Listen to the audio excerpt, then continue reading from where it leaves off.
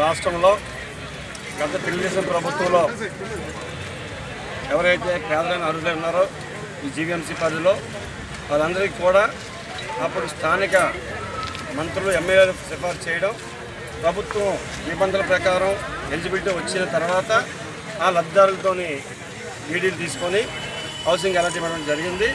వాళ్ళందరికీ కూడా ఇల్లులు కూడా గత ప్రభుత్వం పూర్తి చేయడం జరిగింది. ఆ పూర్తయిన ఇల్లుల్ని ఆ లబ్ధిదారులకు ఈరోజు హ్యాండ్ ఓవర్ చేయకుండా మరలా ఈ ప్రభుత్వంలో ఉన్న నాయకులు ప్రభుత్వం కొత్త లిస్టులు తీసుకొచ్చి పట్టాలు ఇస్తాను కాలాక్షి చేస్తుంది. దానికి ఈరోజు తెలుగుదేశం పార్టీ రాష్ట్ర అధ్యక్షుడు నారా చంద్రబాబు నాయుడు గారి ఆదేశాల మేరకు మరి ఎవరైతే గత ప్రభుత్వంలో శాంక్షన్ చేసిన ఇల్లు ఉన్నాయో వాళ్ళందరికీ ఆ ఇల్లు వాళ్ళకే సొంతం అని చెప్పేసి ఇమ్మీడియట్గా హ్యాండ్ ఓవర్ చేసి ఆ లబ్ధిదారులు ఆదుకోవాలని చెప్పేసి ప్రభుత్వం